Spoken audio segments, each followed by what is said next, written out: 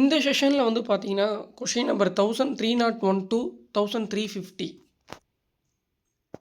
So இதுவும் recent TNPSC questions தான். Question number 1 பாருங்கள்.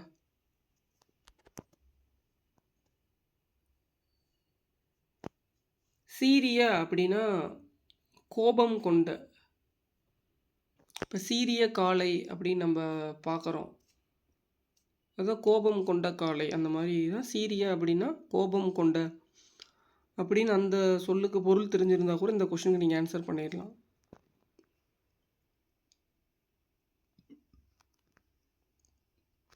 ஸோ ஈன்றால் அப்படிங்கிறது பெற்றெடுத்தால். இது நம்ம திருக்குறள்லேயே படிக்கிறோம்.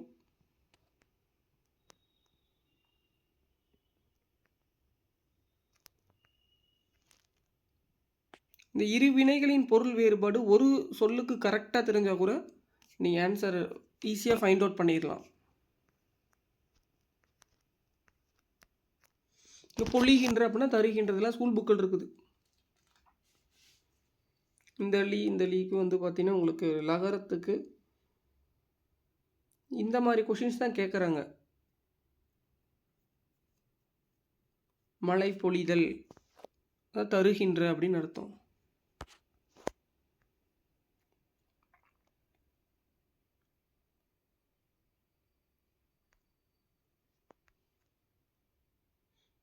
பகைவரை வென்றதை பாடும் இலக்கியம் பரணி. சிற்றிலக்கியத்தில் 8th ஃபஸ்ட்டு டேர்மில் கொடுத்துருப்பாங்க பாருங்கள். 8th தேர்ட் டேர்மில்.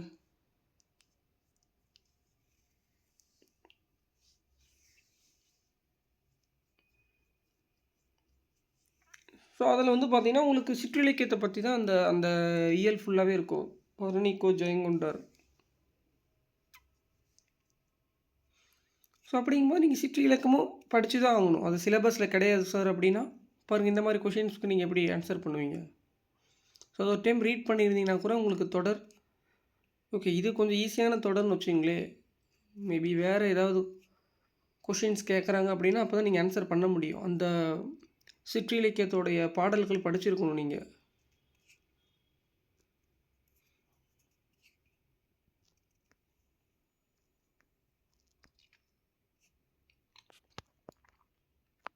ஸோ இது ரீசன்ட் டிஎன்பிசியில் நம்ம பார்த்த கொஷின் தான். உயிரெழுத்து பிறக்கும் இடம் வந்து பார்த்தீங்கன்னா கழுத்து.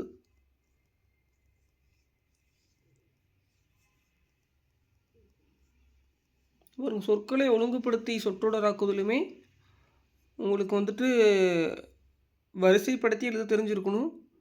இப்போ இந்த உயிரெழுத்து பிறக்கும் இடம் எழுத்து கழுத்து அப்படிங்கிறது உங்களுக்கு தெரிஞ்சால் மட்டும்தான் இதுக்கு நீங்கள் ஆன்சர் எடுக்க முடியும். இன்கேஸ் உயிரெழுத்து பிறக்கும் இடம் கொடுத்து வேறு ஆப்ஷன் கூட கொடுக்கலாம்.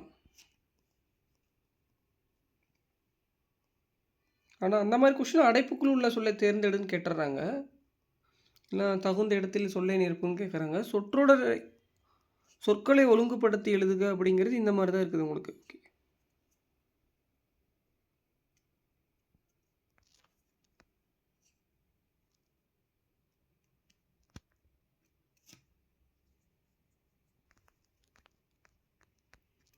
60% கொஷின் கொஞ்சம் ஈஸியாக தான் இருக்கும் இலக்கணம். இந்த ரிமைனிங் 40% கொஷின்ஸ்க்கு தான் நீங்கள் ஹார்ட் ஒர்க் பண்ணணும்.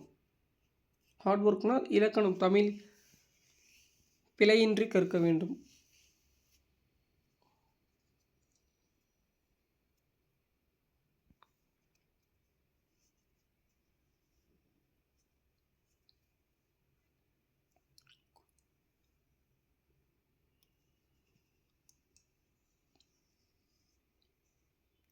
ஸோ இதில் பாருங்கள், ஃபஸ்ட்டு எது உயிரெழுத்து தொடங்கும் சொற்கள் பாருங்கள். அதுக்கப்புறம் தான் உயிர்மெய் எழுத்து தொடங்கும் சொற்கள் நீங்கள் சூஸ் பண்ணணும்.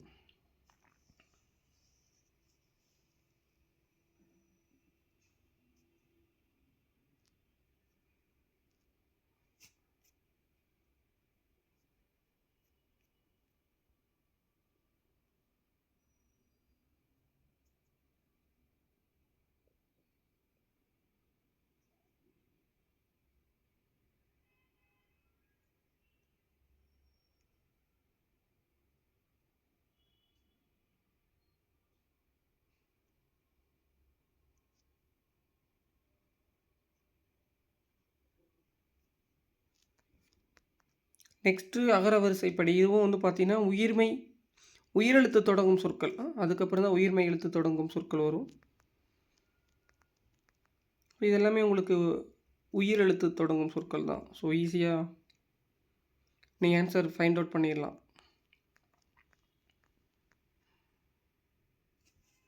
வினையாளனை பெயர் இந்த மாதிரி தான் உங்களுக்கு வேர்ச்சொல் கொடுத்துட்டு இல்லை ஒரு தொடர் கொடுத்துட்டு அந்த தொடரில் வினை சொல்லுக்கு வேறு சொல் கண்டறி, அந்த தொடரோட வினைமுற்றுக்கு வேறு சொல் கண்டறி, இன்னும் அந்த வினை சொல்லுக்கு வினையாளனை பெயர் கண்டறி. ஸோ இந்த மாதிரி தான் கொஷின்ஸ் கேட்குறாங்க. சொல்லாக கொடுத்தா ஈஸி. இன்கேஸ் ஒரு தொடராக கொடுத்துருந்தா நீங்கள் அந்த தொடரில் கரெக்டாக தெரிஞ்சிருக்கணும், எது வினை சொல் எது வினை முற்று அப்படின்னு. மேபி அந்த மாதிரி கொஷின்ஸ் எதிர்பார்க்கலாம். ஒரு கொஷின் இந்த குரூப் 4 லெவல்னால் ஸோ கண்டிப்பாக தொடர் கொடுத்துட்டு அந்த தொடரில் ஏதோ ஒரு பார்ட்டில் ஏதோ ஒரு வேர்ச்சொல் கண்டறின்னு கொஷின் கேட்பாங்க.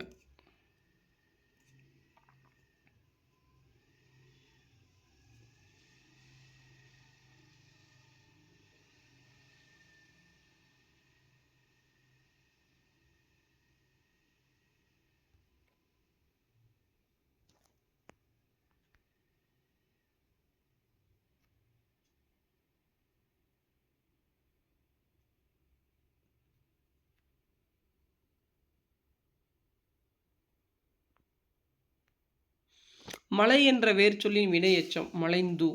வினையெச்சம் அப்படின்னா மலைந்து.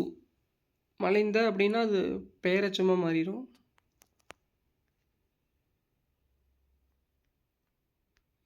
தொழிற்பெயர். ஸோ இது ஒரு ஒர்க்கை டிஃபைன் பண்ணுற மாதிரி தான். இது கொடுத்தல். வந்தான் வேர்ச்சொல் இதெல்லாம் ப்ரீசென்ட் எக்ஸாம்லேயே பார்த்துருப்பீங்க. வந்தான் வருக எல்லாமே பாருங்கள் வேர்ச்சொல் உங்களுக்கு கட்டளை இடுதல் தான். வந்தனன்னா எஸ் வந்தனன் அப்படின்னா உங்களுக்கு வா அப்படின்னு அர்த்தம். வருக அப்படின்னாலும் வேர்ச்சொல் வா தான்.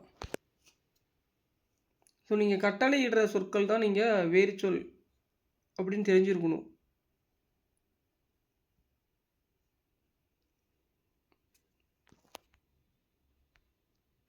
நிலவுன்னா திங்கள் சந்திரன். இப்போ ரீசெண்ட் எக்ஸாம்ஸ்லேயே நம்ம இதை பார்த்துருப்போம்.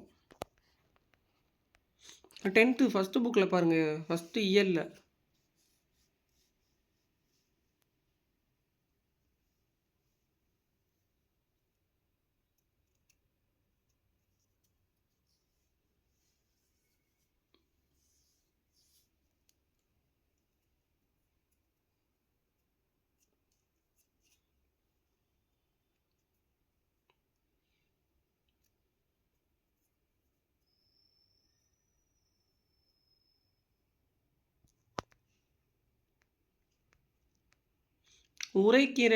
கிணறு ஊருணி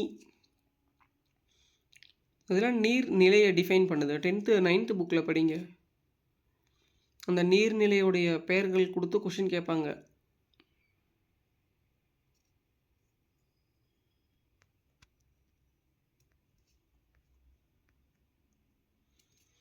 அமைதியான உறக்கம் தேவை.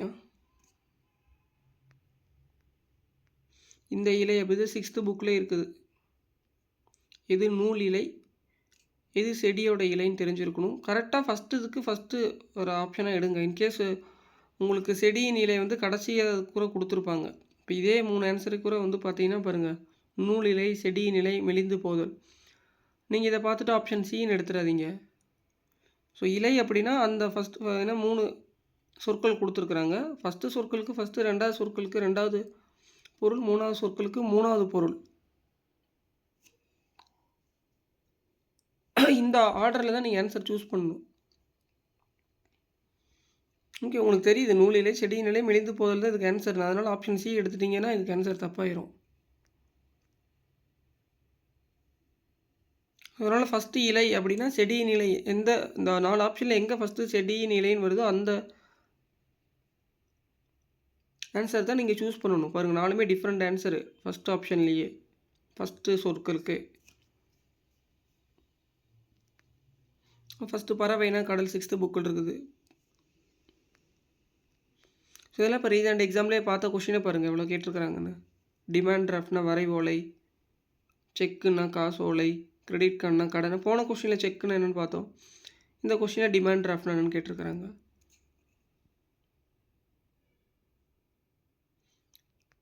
ஸோ பாருங்கள், எல்லாமே உங்களுக்கு அந்த ஆப்ஷன்ஸ்க்கு நீங்கள் கொஸ்டின்ஸ் தெரிஞ்சிருச்சுன்னா உங்களுக்கு TNPSC questions minimum 10 to 20 questions வந்துடும். இப்போ நம்ம ஒரு 2000 கொஷின்ஸ் 20,000 கொஷின்ஸ் பார்க்கும்போது நிறையா ஆப்ஷன்ஸு பார்ப்போம். அந்த ஆப்ஷன்ஸை வச்சு தான் இந்த ஆப்ஷன்ஸ்க்கு உங்களுக்கு ஆன்சர் தெரிஞ்சிருந்தா, கொஸ்டின்ஸ் தெரிஞ்சிருந்தா கூட அதே கொஸ்டின் தான் கேட்குறாங்க. போன கொஸ்டின்லேயே பார்த்துருப்பீங்க, செக்குன்னா பார்த்துருப்போம். இப்போ வரைவோலைனா வச்சு கொஷின்ஸ் மேக் பண்ணியிருக்கிறாங்க.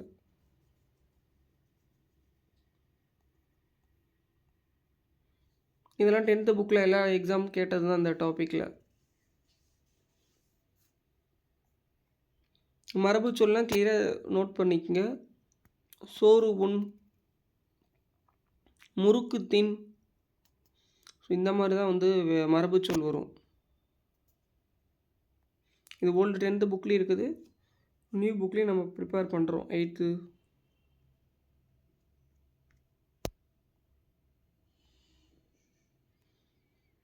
சந்தி பிழையற்ற வாக்கியம். பிழையற்றது அப்படின்னா சரியான வாக்கியத்தை கண்டறிகன்னு அர்த்தம். பிழை உள்ள அப்படின்னா தவறான வாக்கியத்தை கண்டறிக அப்படின்னு அர்த்தம். இந்த இடத்துல பிழை அற்ற,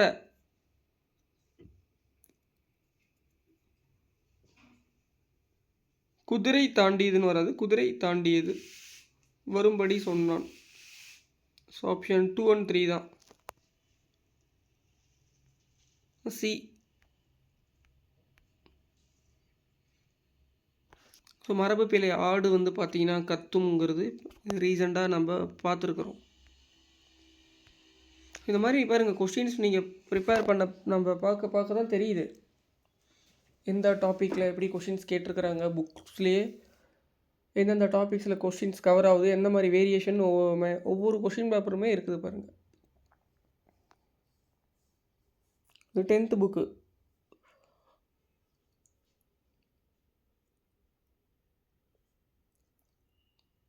குலை அப்படின்னா கொத்து, தாறு, தாருன்னா அதை வாழைத்தாருன்னு நம்ம சொல்கிறோம். அதெல்லாம் குலையில் தான் வரும். பொருந்தாத சொல் வந்து பார்த்தோன்னா அழியல் அப்படிங்கிறது தான் குலை வகைக்கு பொருந்தாத சொல். நீர்நிலை பெயர் அல்லாது பாருங்கள். இப்போ தான் நான் சொன்னேன், அந்த 9th புக்கில் நீர்நிலை வச்சு கொஷின் கேட்டிருக்காங்க பாருங்கள். ஸோ இந்த நீங்கள் 9th புக்கில் அந்த டேபிள் கொடுத்து நீர்நிலை பெயர்கள் எல்லாமே கொடுத்துருப்பாங்க. இளஞ்சினா என்ன, கூவன்னா என்ன, உரைக்கிணறுனா என்ன, கேணினா என்ன, அதுக்கப்புறம் பாண்டிய மண்டலத்தில் உள்ள நீர்நிலைக்கு என்ன பெயர், உவர்மண் நிலத்தில் இருக்கும் நீர்நிலையோடைய பேர் என்ன, ஸோ எல்லாமே அந்த டாப்பிக்கில் கொடுத்துருப்பாங்க. ஒவ்வொன்றா எக்ஸ்பிளைன் பண்ணியிருப்பாங்க நீர்நிலைக்கு. ஸோ அது ஃபுல்லாக நீங்கள் படிச்சிருந்தீங்கன்னா தான் இந்த கொஷின் நீங்கள் ஆன்சர் பண்ண முடியும். இந்த மாதிரி கொஷின்ஸ்க்கெலாம் இந்த மாதிரி இந்தந்த இடத்துல வந்து பார்த்திங்கன்னா கான்செப்டாக இருக்கிறத நம்ம எல்லாமே நீங்கள் எல்லாத்துமே படிச்சிருந்தால் மட்டும்தான் நீங்கள் எல்லா கொஷின்ஸுக்குமே நீங்கள் கரெக்டாக ஆன்சர் எடுக்க முடியும். இலக்கணமாக இருந்தாலுமே எப்படி கொஷின் கேட்குறாங்கன்னு பார்த்தீங்களா, பொருந்தாத சொல்லை கண்டறி அப்படின்னா எந்த டாப்பிக்கில் எப்படி வேணால் கொஷின்ஸ் கேட்கலாம். ஸ்கூல் புக்கில் இருந்தால் கேட்குறாங்க. ஸோ நீங்கள் ஸ்கூல் புக்கில் இப்போ அதில் எல்லாமே நீங்கள் ஏதாவது விட்டுட்டீங்க அப்படின்னா எப்படியா இருந்தாலும் நீங்கள் ஆன்சர் பண்ணுறது கஷ்டம். இப்போ சிறுகதையெல்லாம் நீங்கள் படிக்காதமே கூட வந்தீங்கன்னா கூட சிறுகதையிலிருந்து தான் உங்களுக்கு பேச்சு வழக்கு, எழுத்து வழக்கெல்லாம் கொஷின் கேட்குறாங்க. ஸோ அதனால் சிறுகதையெல்லாம் நல்லா ப்ரிப்பேர் பண்ணுங்கள். துணைப்பாட பகுதி,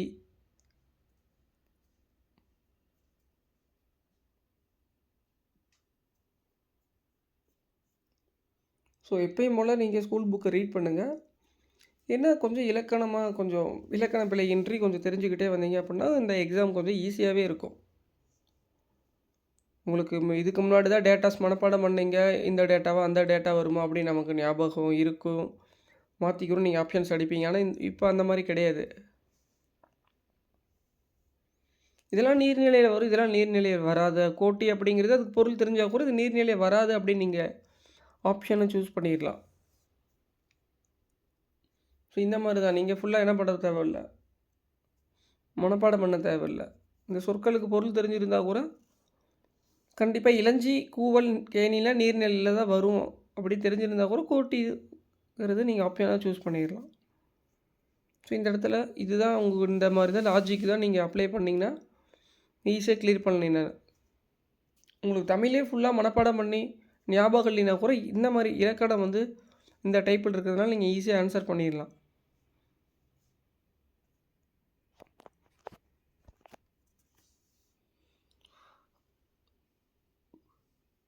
காளை, வண்டி, எருது, உழவு, பால்னா பசு, ஆடுனா வண்டி கிடையாது.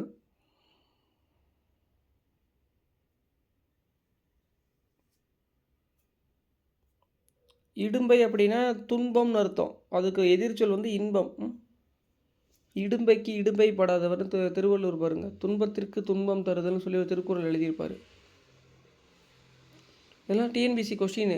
இப்போ நான் இடும்பைக்கு இடும்பை படாதன்னு சொல்கிறேன் அப்படின்னா இதுவே டிஎன்பிசி கொஸ்டினாக கேட்டிருக்கிறாங்க. துன்பத்திற்கு துன்பம் தருதல்னு சொல்லி திருவள்ளுவர் எழுதியிருப்பார் பாருங்க. ஸோ இந்த இடத்துல இடும்பைனா எதிர்ச்சொல்னு கேட்டிருக்கிறாங்க. இடும்பைக்கு மீனிங் தெரிஞ்சால் மட்டும்தான் இப்போ எதிர்ச்சொல்லை நீங்கள் கண்டுபிடிக்க முடியும். இடும்பைனா துன்பம், அதுக்கு சொல். எதிர்ச்சொல் இன்பம். அணுகு அப்படின்னா விலகு. இது 6th புக்கில் இருக்குது பாருங்கள் எதிர்ச்சொல். நீர் உலை அப்படின்னா நீர் ப்ளஸ் உலையில். இந்த கொஸ்டின் ஈஸியாக ஆன்சர் பண்ணிடுவீங்க. ஸோ ஈஸியாக இருக்கிற பிரித்தெழுதுக்கு சேர்த்தெழுதுக்கெலாம் ஒன்றும் பிரச்சனை கிடையாது. ஓரளவுக்கு உங்களுக்கு கொஞ்சம் புணர்ச்சி விதி அப்ளை பண்ணுற மாதிரி நான் மட்டும் கொஞ்சம் கேர்ஃபுல்லாக ரீட் பண்ணுங்கள். இந்த கொஷின்ஸ்லாம் நீங்கள் ஆன்சர் ஈஸியாக சூஸ் பண்ணிடுவீங்க.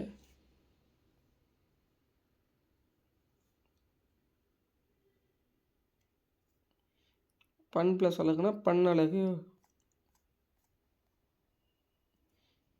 பிரித்தெழுதல் இதுதான் பாருங்கள், பண்பு தொகை. பெருமை ப்ளஸ் கடல். முத்தமிழ்னா இயல், இசை, நாடகத்தமிழ், வளர் தமிழ் வராது. அதே மாதிரி முச்சங்கம், முத்தமிழ், நாற்றிசை, ஐம்புலன்கள், முத்தேன், முத்தேன் கண்டிப்பாக கேட்பாங்க. இப்போ முத்தமிழுக்கு பதிலாக முத்தேன் கொடுத்து ஒரு கொஷின் கேட்கலாம்.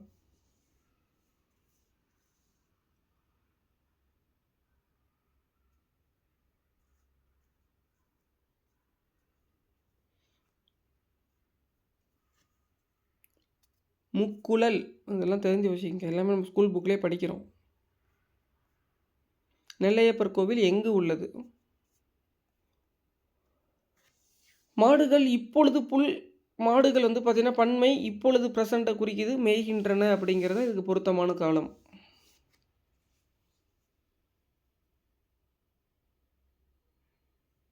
மாடுகள் அப்படின்னா பன்மையை குறிக்குது, ஒருமை கிடையாது. மாடுன்னா ஒருமை, மாடுகள் அப்படின்னா பன்மை. அப்படிங்கும்போது ப்ரெசண்ட்டில் இப்பொழுது புல் மேய்கின்றன அப்படிங்கிறத சரியான சொல். கண்மணி பாடம் படிக்கிறாள் அப்படிங்கிறது ப்ரெசன்ட் டென்ஸு. படித்தாள்லாம் ஃபியூச்சர், படித்தாள் அப்படிங்கிறது பாஸ்ட் டென்ஸ், நிகழ்காலம்னு கொடுத்துருக்குறாங்க. இந்த கொஷின்ஸ் நீங்கள் ஈஸியாக ஆன்சர் பண்ணிடுவீங்க. விண்மீன்னா விண்மான், தமிழ் தாய்மொழி, மணிமாலை, மணிமேகலைன்னு கொடுத்துருக்குறாங்க. நீதி நூல் தான் சரியான இணை. இதுவும் நீங்கள் ஸ்கூல் புக்லேயே கொடுத்துருக்குறாங்க. அந்த புதிய சொல் உருவாக்கள்லாம் எடுத்து 2H பென்சில் வாங்கி நோட் பண்ணுங்கள். ஸோ அப்போ தான் உங்களுக்கு ப்ராக்டிஸ் எல்லாமே தெரிஞ்சதுன்னா ஒரு சில சொற்கள் ஈஸியாக இருக்கிற மாதிரி இருக்கும், ஆனால் ஆன்சர் கண்டுபிடிக்கிறதே கஷ்டம். ஸ்கூல் புக்கில் 6 to 10 பார்த்தீங்கன்னா நிறைய சொற்கள் கொடுத்துருக்குறாங்க. நீங்கள் தமிழ் பார்க்குறதுக்கு ஈஸியாக இருக்கும். எக்ஸாம்களில் பார்த்தீங்கன்னா தான் நமக்கு நிறைய கேர்லெஸ் மிஸ்டேக்ஸு, ஆப்ஷன்ஸ் இதுவா அதுவா அப்படிங்கிறதுல 20 கொஷின் போயிடுச்சு அப்படின்னா கஷ்டம். 80லாம் நீங்கள் போட்டிங்க அப்படின்னா அங்கே GS 90 போடணும், மேக்ஸோடு சேர்த்தி. ஸோ GS 90+ அப்படிங்கிறது நான் ஆல்ரெடி சொன்னது தான். கரண்ட் அஃபேர்ஸை டிஃபைன் பண்ண முடியாது நம்மளால். கரண்ட் அஃபேர்ஸ் 10 கொஷின்ஸ் இருக்குது. சப்ஜெக்டில் இருந்து கேட்கலாம், எக்கனாமிக் அஃபேர்ஸ்லேருந்து கேட்கலாம். பாஸ்ட்டு, ப்ரெசண்ட்டு, ஃப்யூச்சர்ஸில் 2030 நிதி ஆயோக் என்ன சொல்கிறாங்க, 2035 எஸ்டிஜி ரிப்போர்ட் என்ன சொல்லுது, இல்லைப்பா அந்த ஸ்கீம் எப்போ கம்ப்ளீட் ஆகுது, என்றைக்கு முடிஞ்சிருது, என்றைக்கு ஸ்டார்ட் பண்ணாங்க, இப்போ ப்ரெசண்ட்டில் எவ்வளோ கம்ப்ளீட் பண்ணியிருக்கிறாங்க, எப்படி வேணால் கொஷின்ஸ் வரும், ஆல்ரெடியே பார்த்துருப்பீங்க. ஸோ அதனால் அதை நம்ம தமிழ் ஈஸியாக டிஃபைன் பண்ணலாம். நம்ம கிளியராக தெரிஞ்சிருச்சு ஸ்கூல் புக்கு தான் அப்படின்னு. ஸோ அந்த ஸ்கூல் புக்கை நல்லா ரீட் பண்ண ஒரு சொல்லும் பொருளும் தெரிஞ்சிக்கும் போது தான் உங்களுக்கு ஈஸியாக இருக்கும். சும்மா அப்படியே 4 லைனை மனப்பாடம் பண்ணதெல்லாம் ஓகே, அது போன இலக்கியம் இருந்தது, உரைநடைலாம் கொஷின்ஸ் ஈஸியாக இருந்தது நமக்கு. ஸோ நான் ஆல்ரெடி சொன்னது மாதிரி தான், உங்களுக்கு முத்துராமலிங்க தேவர் இல்லைனா ஒரு துணைப்பாட பகுதியிலையோ எப்படி கொஸ்டின் கேட்டாலும் நீங்கள் எழுதிடுவீங்க. ஆனால் இன்றைக்கி முத்துராமலிங்க தேவரில் ஒரு தொடரை கொடுத்துட்டு அதில் வந்துட்டு சரியான இணைப்புச்சொல் நிரப்புக அப்படின்னா உங்களுக்கு சொல்லுக்கும் பொருளுக்கும் தொடருக்கும் வித்தியாசம் தெரியாமல் நீங்கள் அந்த இடத்துல வந்துட்டு அந்த சொல்லையே நீங்கள் ஆட் பண்ணுறதே கஷ்டமாக இருக்கும். 4 ஆப்ஷனுமே நீங்கள் கொடுத்தாலுமே ஆன்சர் தொடர் கரெக்டாக தான் இருக்குது அப்படிங்கிற மாதிரி தான் தெரியும் எக்ஸாம் ஹாலில். அதனால் ஆனால், மேலும், அதுபோல் அப்படிங்கிற சொற்களை நீங்கள் இணைத்து அந்த தொடரை ஃபுல்லாக நீங்கள் ரீட் பண்ணிங்கன்னா எல்லாமே கரெக்டாக தான் இருக்குது அப்படிங்கிற மாதிரி தான் தெரியும். ஸோ அதனால் நல்லா தெரிஞ்சுக்கங்க இலக்கணம்லாம்.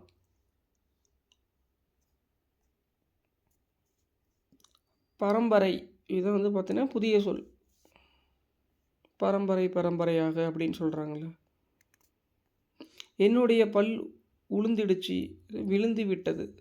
இந்த பேச்சு வழக்கு, எழுத்து வழக்கெலாம் உங்களுக்கு நீங்கள் துணைப்பாட பகுதியிலே பாருங்கள் நிறைய கொடுத்துருக்குறாங்க. இந்த மாதிரி தான் கொடுத்துருக்குறாங்க, நீங்கள் படித்து பார்த்தீங்கன்னாவே தெரியுமே.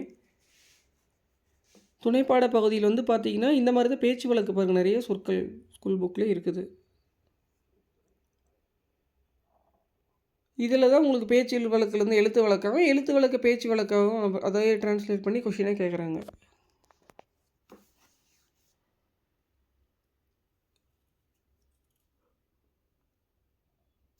இதுக்கு முன்னாடி நீங்கள் எப்படி படிச்சிருப்பீங்க, துணைப்பாட பகுதி அப்படின்னா அது துணைப்பாட பகுதி யார் எழுதுனாங்க, அந்த நூலாசிரியர், அவ்வளோதான். ஜெயகாந்தனா இல்லை வந்து பார்த்திங்கன்னா புதுமை பித்தனா. அந்த துணைப்பாட பகுதியில் என்ன நூல், சாகித்ய அகாடமி விருது பெற்ற நூல் இதெல்லாம் நீங்கள் படிச்சிருவீங்க. இதில் உள்ளே இருக்கிறதெல்லாம் நம்ம என்ன பண்ண மாட்டோம், ஏதோ ஒரு கான்வர்சேஷன் என்ன அதெல்லாம் வந்து நமக்கு இப்போ அந்தளவுக்கு ப்ரிப்பேர் பண்ணியிருக்க மாட்டீங்க. பட் ஆனால் இன்றைக்கி அந்த கான்வர்சேஷன்லாம் தெரிஞ்சால் கரெக்டாக, கான்வர்சேஷனுக்கு பேச்சு வழக்குக்கு எழுத்து வழக்கு கரெக்டாக தெரிஞ்சிருக்கணும், எழுத்து வழக்குக்கு பேச்சு வழக்கு கரெக்டாக தெரிஞ்சிருக்கணும். பட் ஆனால் இதுக்கு முன்னாடி நம்ம நியூ புக்கில் அந்தளவுக்கு துணைப்பாட பகுதிக்கு நீங்களே சரி பின்னாடி நூலாசிரியர் படிச்சிருப்பீங்க, கான்வர்சேஷன் ஒரு டைம் சும்மா ரீட் பண்ணி விட்ருப்பீங்க. அந்த மாதிரி கொஷின்ஸே எங்கேயும் இருக்காது. எடுத்து பாருங்கள் பழைய டிஎன்பிஎஸ்சி கொஷின்லாம், குரூப் 4 கொஸ்டினில்.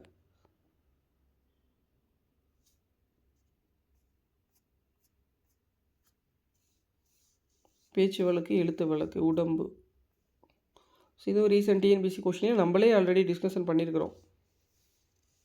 மாம்பழம் சாப்பிட்டாயா. பொருள்களை எண்ணும் இடங்களில் என்ன வரும், கார் புள்ளி தான் இடம்பெறும்.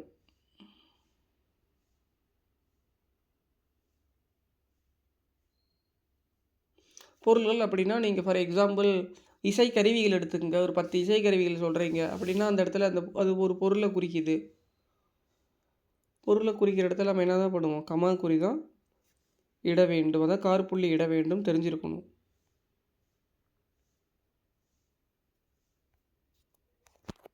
பாருங்கள் முத்தமிழ் அழகாக இப்போ நான் ஆல்ரெடி சொன்னோன்னா தொகை சொற்கள் எப்படி விரித்து எழுதியிருக்கிறாங்கன்னு. தொகை சொற்களை விரித்தெழுதும் இடத்துல அரைப்புள்ளி, அது சொற்கள் வந்து பார்த்தீங்கன்னா கமா கொடுக்கணும். நான் ஆல்ரெடியே இதை நான் சொல்லியிருப்பேன் கிளாஸ் நடத்தும் போதே, நீங்கள் எடுத்து பாருங்கள் 1200 கிளாஸ் கொஸ்டின்ஸ்லேயே. ஒரு தொகை சொற்களை விரித்தெழுதும் போது இடையில் அரைப்புள்ளி இடம் பெற வேண்டும். முத்தமிழ், முச்சங்கம், ஐம்புலன்கள், 7 ஸ்வரங்கள், இரு திணைகள், இந்த மாதிரி நம்ம என்ன பண்ணிகிட்டே இருக்கலாம்,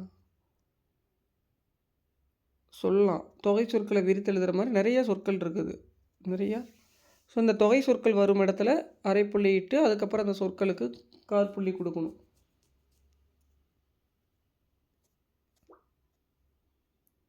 இந்த மாதிரி தான் இங்கே பாருங்கள், இப்படி அழகாக கொஷின்ஸ் கேட்டிருக்கிறாங்க.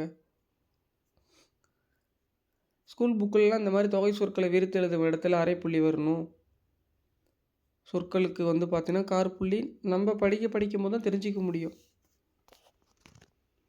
எல்லா இடத்துலையும் வந்து பார்த்திங்கன்னா ஒரே இடத்துலையே கொடுக்க மாட்டாங்க. ஸோ அங்கங்கே கொடுத்துருப்பாங்க.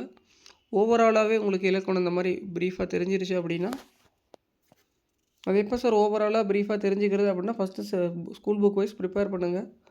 கொடுக்கக்கூடிய டெஸ்ட்டை கொஞ்சம் ப்ராக்டிஸ் பண்ணிட்டே வந்தீங்க அப்படின்னா, நானே டெய்லி 5 to 10 கொஷின்ஸ் ஷேர் பண்ணுறேன். அது ஸ்கூல் புக் வைஸாக ஷேர் பண்ணுறேன். ஸோ அதுவே பாருங்கள், உங்களுக்கு ஓரளவுக்கு இலக்கணம். அப்போ தான் நீங்கள் சப்ஜெக்ட் நாலேஜ் தான் இம்பார்ட்டன்ஸ். இப்போ படிக்கக்கூடிய கொஷின்ஸில் அதான் 10 to 15 கொஷின்ஸ் கூட ரிப்பீட்டே வரலாம். ஆனால் ரிமைனிங் கொஷின்ஸ்க்கெல்லாம் இது நம்ம சொல்லி கொடுக்குற கான்செப்டாக தான் இருக்கும்.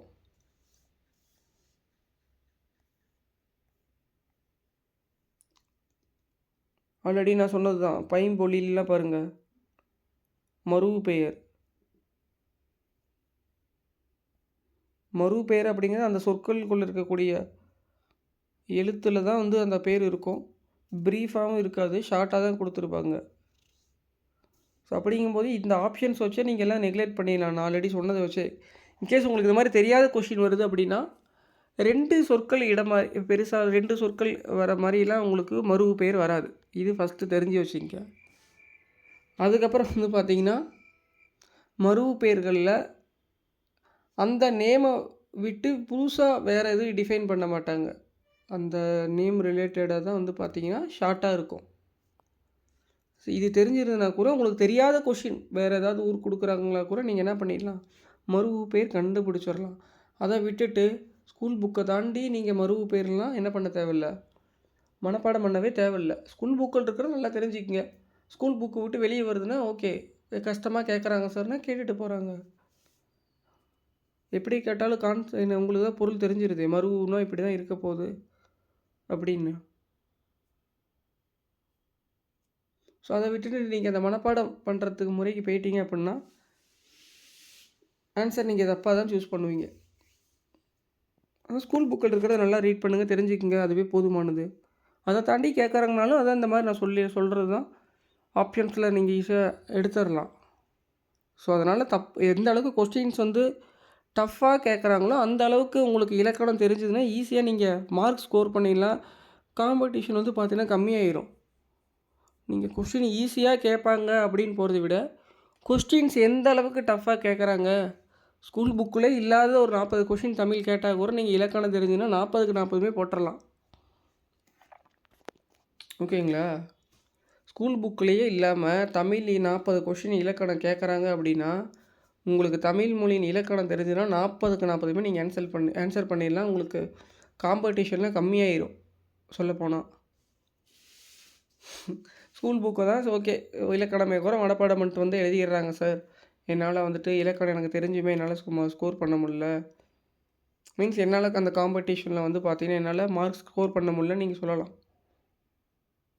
ஸோ இலக்கணனால் 30-40 கொஷின்ஸ் புக்கை விட்டு வெளியே கேட்டாங்களா கூட தமிழ் மொழியின் இலக்கணம் தெரிஞ்சுது அப்படின்னா நீங்கள் 40 கொஷினுமே ஆன்சர் பண்ணிடலாம். ஸோ இப்போ வந்து யாரெல்லாம் நெக்லெக்ட் ஆயிடுவாங்க அப்படின்னா இலக்கணம் தெரியாதவங்க, மனப்பாடம் பண்ணவங்க, இது எல்லாமே வந்து பார்த்திங்கன்னா அழகாக ஃபில்டர் ஆயிடுவாங்க. ஸோ அப்படிங்கும் போது நீங்கள் என்ன சொல்லலாம், எனக்கு தமிழ் மொழி தெரிஞ்சு எனக்கு வேலை கிடச்சிருச்சு அப்படி நீங்கள் வந்துட்டு வெளியே சொல்லலாம். இலக்கணம் தெரிஞ்சு எனக்கு நான் கொஷின்ஸை ஆன்சர் பண்ணேன், எல்லாமே எனக்கு தெரிஞ்சிருச்சு அப்படின்னு ஃபீட்பேக் நீங்கள் கொடுப்பீங்க. ஸோ இங்கே பாருங்கள், பூவி இருந்த வள்ளி அப்படிங்கிறத இப்போ தான் நான் சொன்னேன். பூந்தர் தோட்டம் அப்படிங்கிறது கண்டிப்பாக வராது. 2 சொற்கள். பூவள்ளி அப்படிங்கிறது 2 சொற்கள். இன்கேஸ் நீங்கள் பூந்தமல்லிங்கிறது சென்னையில் இருக்கிறவங்களுக்கு தெரியும். இப்போ நீங்கள் தருமபுரியில் இருக்கிறீங்கன்னா நீங்களாம் இன்கேஸ் நீங்கள் தஞ்சாவூரில் வேறு ஏதாவது டிஸ்ட்ரிக்டில் இருக்கிறீங்கன்னா நீங்கள் வெளியில் எந்த டிஸ்ட்ரிக்குமே நான் போனது கிடையாது சார், நான் எங்கள் ஊரில் தான் பிறந்தேன், எங்கள் ஊரில் தான் வளர்ந்தேன், எங்கள் ஊரில் தான் வாழ்ந்துக்கிட்டு இருக்கிறேன், இங்கே தான் பக்கத்தில் காலேஜில் படித்தேன். எனக்கு எந்த டிஸ்ட்ரிக்டில் எந்த ஊர் இருக்குது, எந்த பஸ்ஸு போகுதுன்னு எனக்கு தெரியலனா கூட, ஸோ அந்த மாதிரி நிறைய பேர் இருக்கிறாங்க.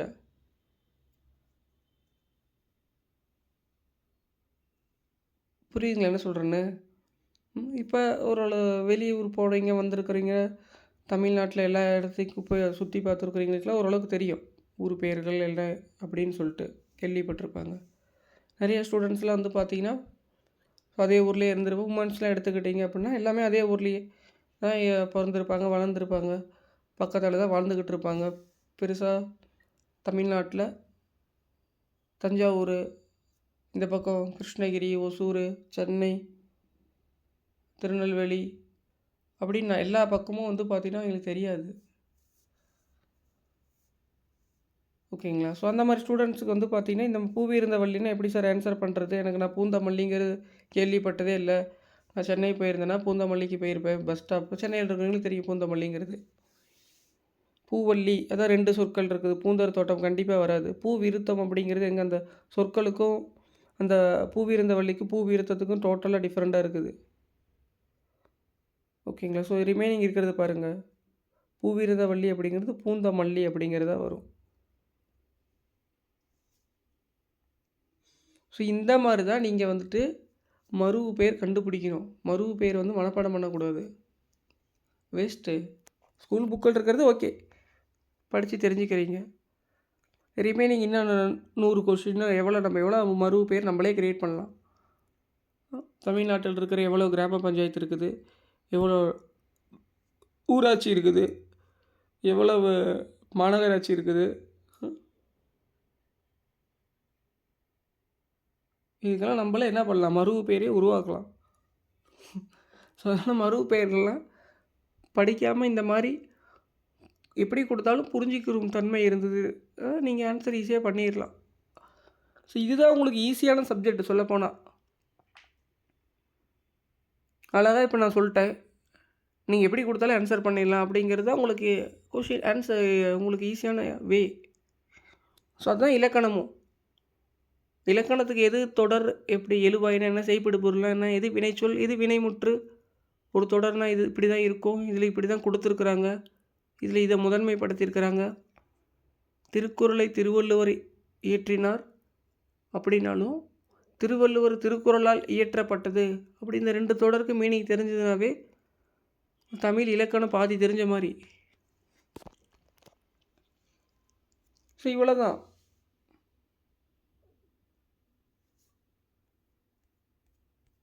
ஸோ அதனால தான் கிளாஸை லிசன் பண்ணுங்கள், கொஷின்ஸ் ஃபார்மேட்லாம் தெரிஞ்சுங்க அப்படின்னு நம்ம சொல்கிறோம். என்ன உங்களுக்கு வெளியே வந்து பார்த்தீங்கன்னா அந்த லிசனிங் கேப்பபிலிட்டி இல்லாமல் மெமரி கேப்பபிலிட்டியை கொண்டுட்டு வந்ததுனால தான் நம்மக்கிட்ட அவ்வளோ ஸ்டூடெண்ட்ஸ் வரமாட்டேங்கிறாங்க. ஆனால் உங்களுக்கு இதுதான் ஈஸி. நானுமே பார்த்துருக்குறேன், 100 மருவு பெயர் உட்காந்து ஸ்டூடெண்ட் மனப்பாடம் பண்ணுது. நானே ஆல்ரெடி கிளியராக சொல்லிட்டேன், ஸ்கூல் புக்கை மட்டும் படிங்க, புக்கை விட்டு வெளியே வந்ததுன்னா ஆன்சர் ஈஸியாக கண்டுபிடிச்சிடலாம்.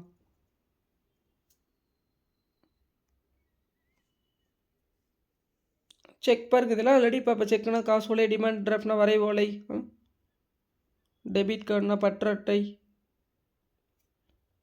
இதெல்லாம் நம்ம பார்த்த கொஷின் தான். எப்படி தமிழ் பாருங்கள், இதில் டங்கிலீஷில் இருக்கிறது அப்படி இங்கிலீஷில் டைப் பண்ணியிருக்கிறாங்க. எஸ்கலேட்டர், லிஃப்ட்டு, இந்த மாதிரி சொற்கள் டங்கிலீஷில் டைப் பண்ணி கொடுத்தா கரெக்டாக ஆன்சர் பண்ணுங்கள். போத்துலேயுமே படிச்சிருங்க. அதனால தான் தமிழ் அண்ட் இங்கிலீஷ் ஃபுல்லாகவே அந்த கலைச்சொல் அறிவம் தெரிஞ்சு வச்சுக்கோங்க.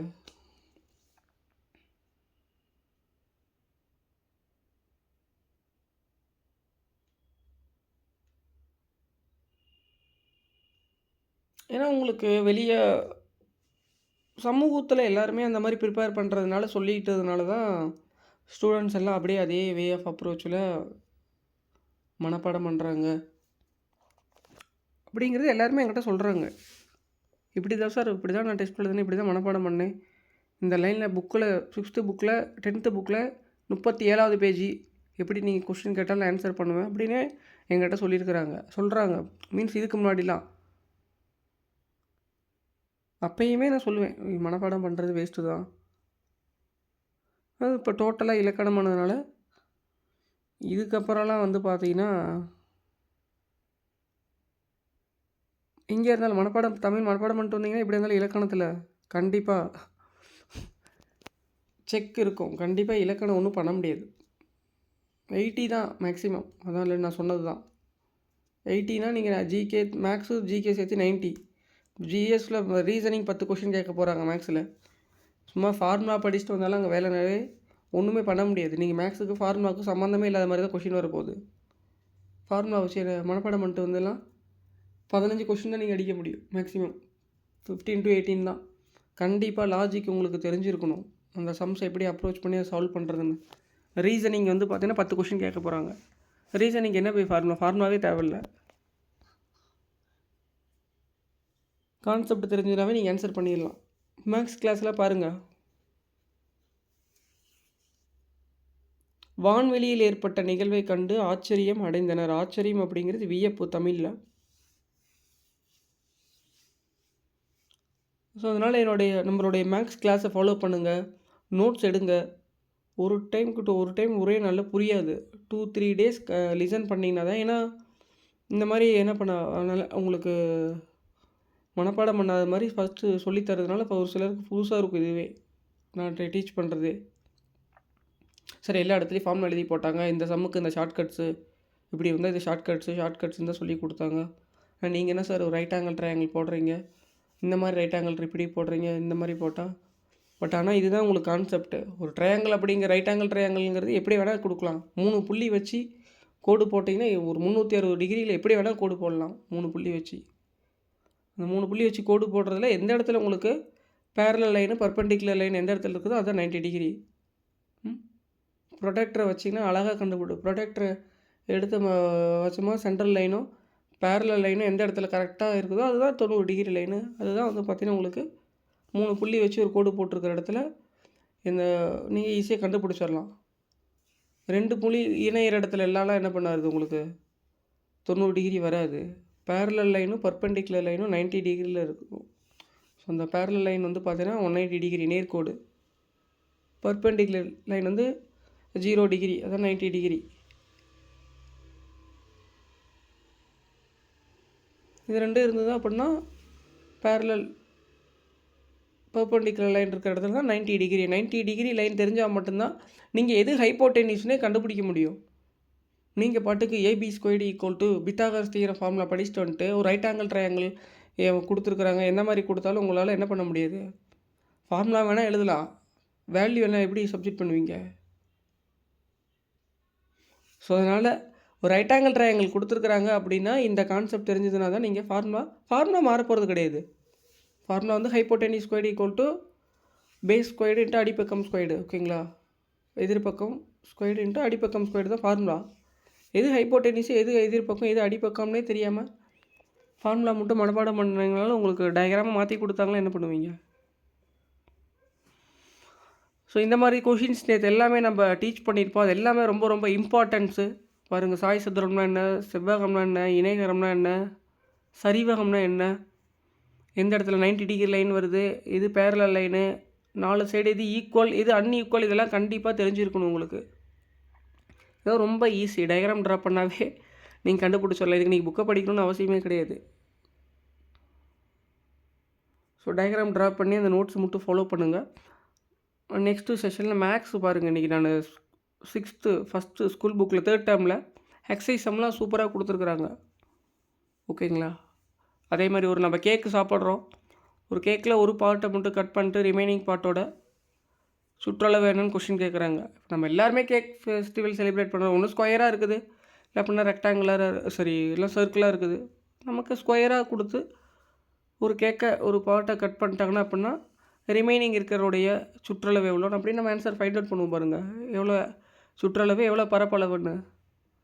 ஒரு ஸ்கொயராக இருக்கிற கேக்கை நீங்கள் 100 பேருக்கு வேணும் அழகாக கட் பண்ணி கொடுக்குறீங்க. ஸோ அதை தான் இங்கே கொஷினாக கேட்குறாங்க. அதனால் கிளாஸ் சூப்பராக இருக்கும். லிசன் பண்ணுங்கள், நோட்ஸ் எடுங்க. ஓகேங்களா? ஸோ எக்ஸாமில் வந்து பார்த்தீங்கன்னா உங்களுக்கு ஈஸியாக இதுதான் உங்களுக்கு ப்ரெசன்ஸ் ஆஃப் மைண்டு. இந்த ப்ரெசன்ஸ் ஆஃப் மைண்ட் எந்த அளவுக்கு ஒர்க் ஆகுதுன்னா சப்ஜெக்ட் நாலேஜ் தான். சப்ஜெக்ட் நாலேஜ் தான் உங்களுக்கு ஆட்டோமேட்டிக்காக வந்துடுதுங்களே. ஏன்னா இதே கொஷின்ஸ் தான் நம்ம டிஃபைன் பண்ண முடியாது.